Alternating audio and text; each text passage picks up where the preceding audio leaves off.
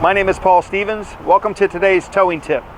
So vehicle's locked in park, tried to put power on it, wouldn't do anything, so basically it's dead. Gonna have to skate the rear wheels up, and you know, this is a bullnose bed, so instead of having a pointed end, it's got a round end on it. So I had to use skate ramps here.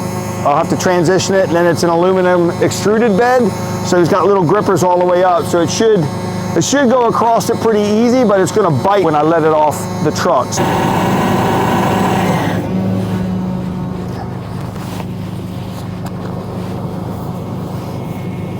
I like to stay down low so I can see everything going on all the time. Now we're approaching our skate ramps. So just gonna have to transition nice and easy here.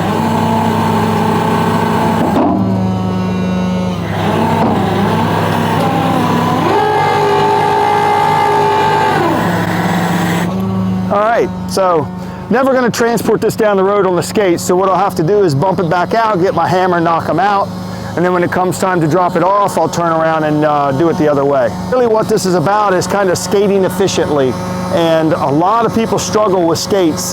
If you have the skate all the way underneath the tire and it's locked in against the head, it should, you know, follow up the bed fairly easily.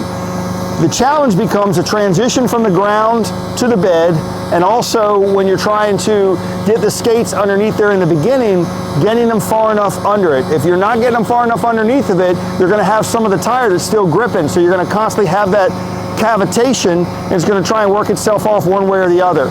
A good set of skate ramps is always a positive because it allows that smooth transition, and I think that practicing with skates will make you pretty efficient.